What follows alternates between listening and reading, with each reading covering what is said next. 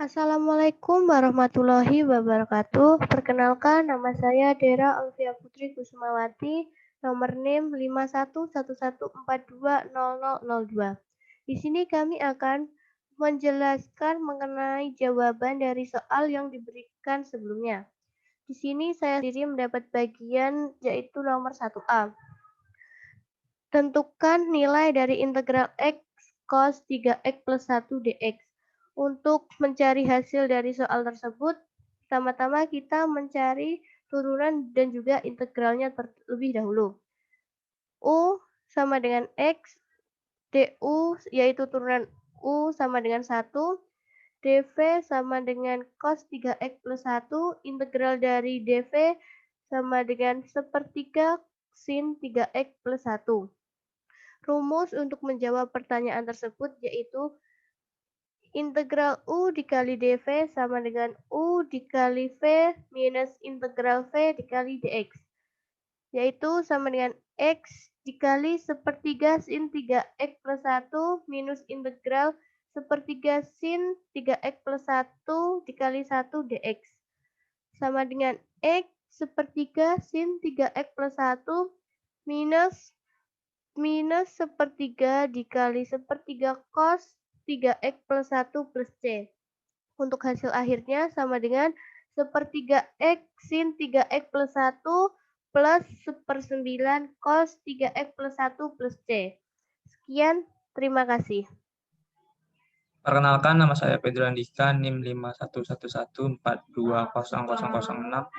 Di sini saya akan menjelaskan nomor 1 bagian B, yaitu integral dari X pangkat 3 akar 1 dikurang 4X kuadrat dx. Pertama-tama, kita misalkan 1 dikurang 4X kuadrat sama dengan U. Lalu kita turunkan menjadi min du per 8X sama dengan dx. Pemisahan ini kita masukkan ke dalam soal menjadi integral X pangkat 3 akar U min du per 8X.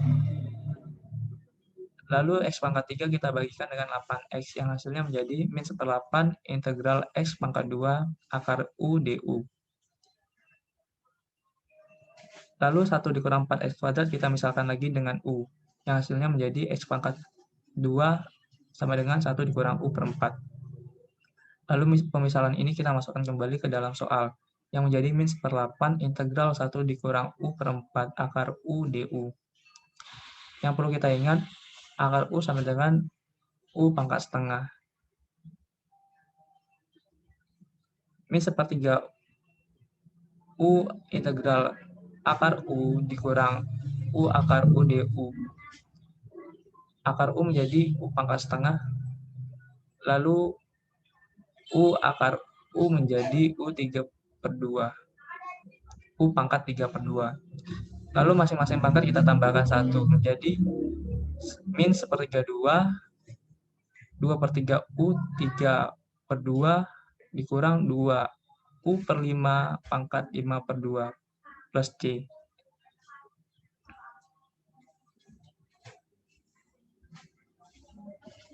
Lalu min sepertiga 2 kita kalikan ke dalam kurung menjadi min seper48 akar U pangkat 3 ditambah 1/80 akar U pangkat 5 plus C. Lalu U ini kita ubah kembali ke 1 dikurang 4X kuadrat. Hasilnya menjadi 1/80 akar 1 dikurang 4X kuadrat pangkat 5 dikurang 1/48 akar 1 dikurang 4X kuadrat pangkat 3 plus C.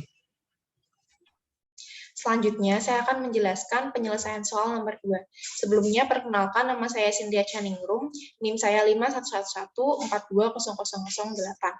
Soal nomor 2 yaitu, selesaikan operasi limit berikut ini. Limit X mendekati pi per 2, tan X, ln sin X. Nah, untuk menyelesaikan soal seperti ini, kita harus ubah dulu ke bentuk yang paling sederhana. Tan itu kan sin per cos. Nah, sehingga tan X menjadi sin X per cos X. Nah, limit X mendekati pi per 2, sin X per cos X dikalikan ln sin X. Nah, setelah sampai sini, kita bisa memasukkan X-nya. X-nya adalah pi per 2, dan pi per 2 adalah 90 derajat. Menjadi sin 90 derajat per cos 90 derajat dikalikan ln sin 90 derajat. Sin 90 derajat itu 1, cos 90 derajat adalah 0. Nah, menjadi 1/0 dikalikan ln 1.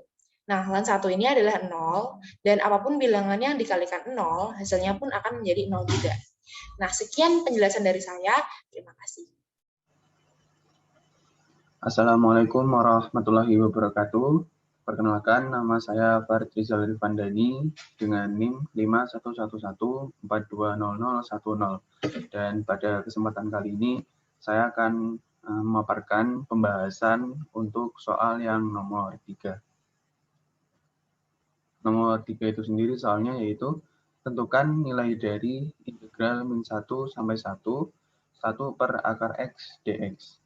Nah, yang perlu kita ketahui dari soal nomor 3 ini merupakan soal integral tak wajar yang merupakan bentuk integral tak wajar yang nilai integran fx-nya itu tak hingga. Jadi, jika kita masukkan minus 1 ini, angka batas bawah ini yaitu minus 1 ke dalam fungsi X. Berarti di sini akar X, maka hasilnya itu akan pada grafik akan menunjukkan garis yang sangat panjang sekali ke atas. Di akhir pembahasan nanti akan saya tunjukkan bagaimana grafiknya itu sendiri. Kita lanjut untuk penyelesaian. Sebelumnya kita uji coba dulu dengan masukkan nilai batas atas yaitu X sama dengan 1 ke dalam persamaan, maka akan didapatkan ada nilainya. Tetapi jika kita masukkan X sama dengan min 1, maka hasilnya itu akan merupakan bilangan imajiner, yaitu 1 per akar minus 1.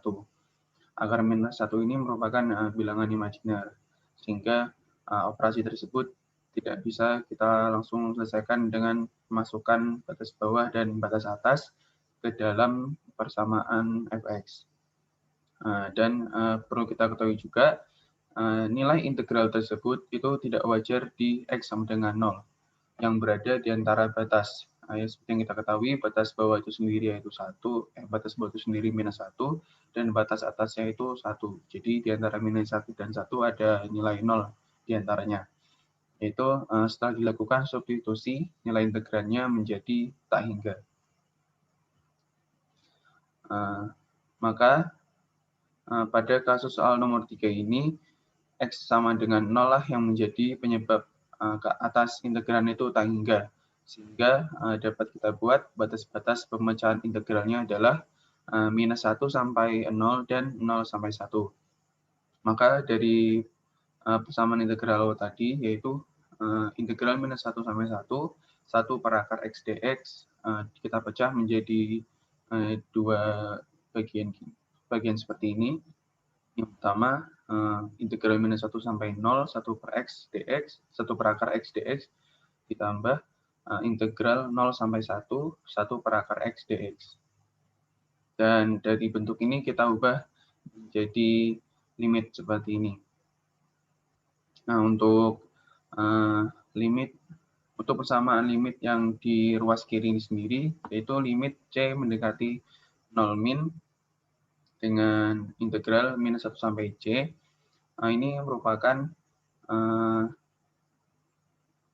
C ini mendekati nilai 0 dari sebelah kiri, dari ruas kiri. Kita lihat pada grafik atau pada koordinat kartesius. Dan pada ruas kanan ini yaitu limit D mendekati 0 plus dengan integral D sampai 1. Itu berarti nilai limit D ini mendekati 0 dari ruas kanan. Nah, berarti untuk pemecahan integral yang di kiri ini mendekati 0 dari ruas kiri, sedangkan pemecahan integral yang di sebelah kanan ini mendekati nilai 0 dari ruas kanan. Kita lanjut. Kita masuk ke langkah yang pertama, yaitu substitusi nilai C sama dengan 0. Tadi kan dari pemecahan integralnya itu terdapat dua nilai yang harus kita substitusi, yaitu C sama dengan 0 dan juga D sama dengan 0. Maka langkah yang pertama ini kita lakukan substitusi C sama dengan 0 dulu. Kita lakukan operasi limit seperti biasa, limit C mendekati 0 min, integral min 1 sampai C, 1 per akar X dx sama dengan limit C mendekati 0 min, integral min 1 sampai C, 1 per minus setengah tambah 1 dikali X pangkat minus setengah tambah 1 dx. Dan hasil dari proses pengintegralan ini yaitu limit C mendekati 0 min dengan 2 akar X yang memiliki batas atas C dan batas bawah minus 1. Dari batas atas dan batas bawah ini kita pecah lagi menjadi seperti ini. Dengan di ruas kiri kita masukkan C pada X dan di ruas kanan kita masukkan nilai 1 pada X. Sehingga dari operasi limit tersebut kita dapatkan, kita masukkan nilai C sama dengan 0, C-nya 0 ke dalam proses limit tadi. Sehingga didapatkan 2 akar 0 dikurang 2 akar 1. 2 dikali akar 0 itu 0, dan 2 akar 1 itu 2. Sehingga didapatkan nilai substitusi nilai C sama dengan 0, yaitu minus 2. Kita masuk ke langkah berikutnya. Langkah kedua, yaitu dengan mensubstitusi nilai D sama dengan 0. Sama seperti langkah yang sebelumnya tadi, pada mensubstitusi nilai C sama dengan 0, pertama kita lakukan proses limit seperti biasa, dan hasil dari proses integral ini pun sama seperti yang langkah itu limit. Bedanya di sini menggunakan pemecahan integral yang pada ruas kanan, yaitu D mendekati 0+. Sehingga hasil dari pengintegralan ini yaitu limit D mendekati 0+, 2 akar X dengan batas atas 1 dan batas bawahnya D. Kita pecah lagi menjadi seperti ini, limit D mendekati 0+, 2 akar 1 dikurang limit D mendekati 0+, dikali 2 akar D. Dan kita masukkan lagi D sama dengan 0 ke dalam persamaan tadi, sehingga didapatkan 2 dikali akar 1 dikurang 2 kali akar 0.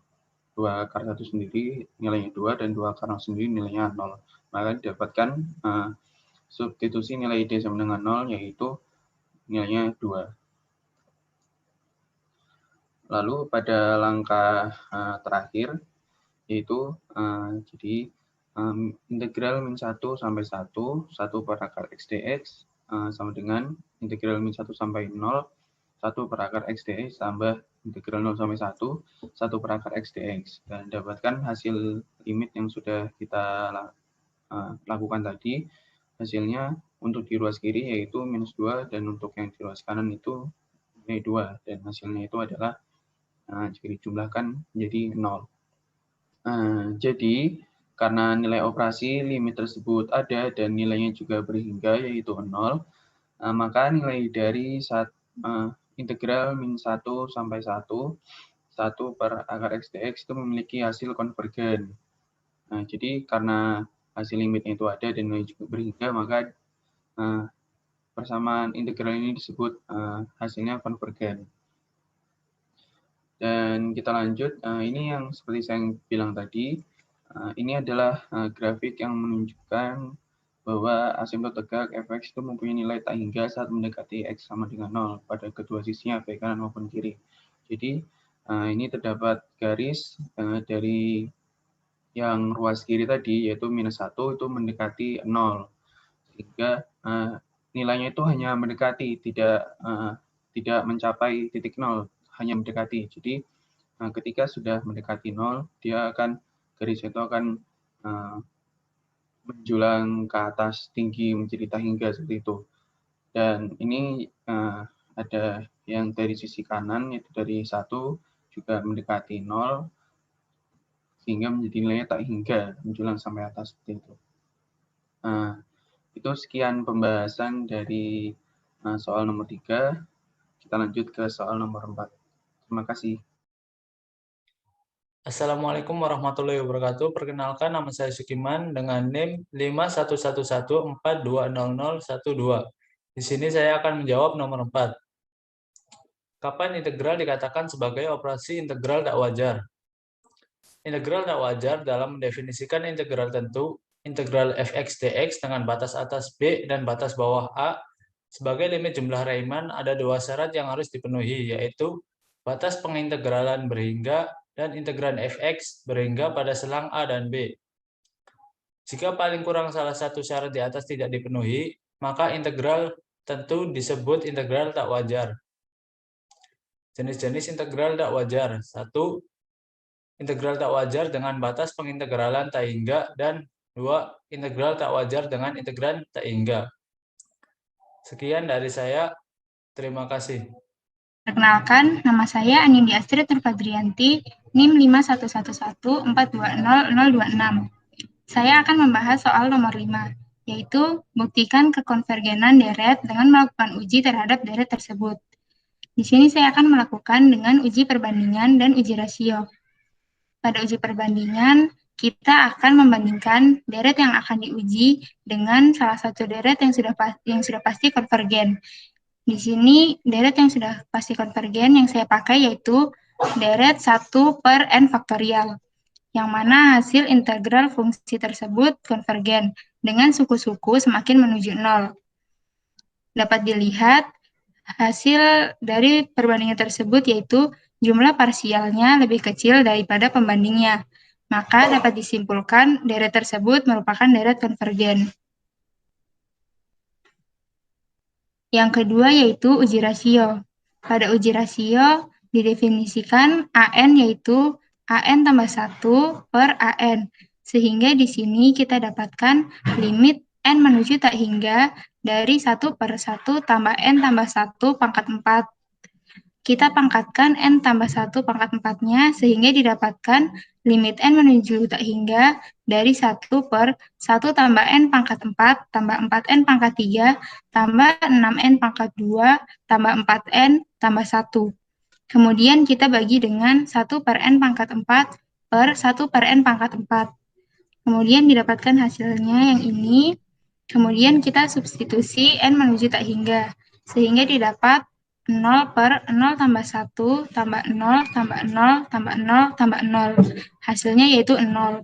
Karena hasil operasi limitnya adalah kurang dari 1, maka deret ini adalah deret konvergen. Apabila operasi limitnya hasilnya lebih dari 1, maka deret tersebut merupakan deret divergen. Sedangkan apabila deret hasil operasi limitnya sama dengan 1, maka harus dilakukan uji lanjut. Sekian presentasi dari kelompok kami. Apabila ada kekurangan, mohon maaf. Wassalamualaikum warahmatullahi wabarakatuh.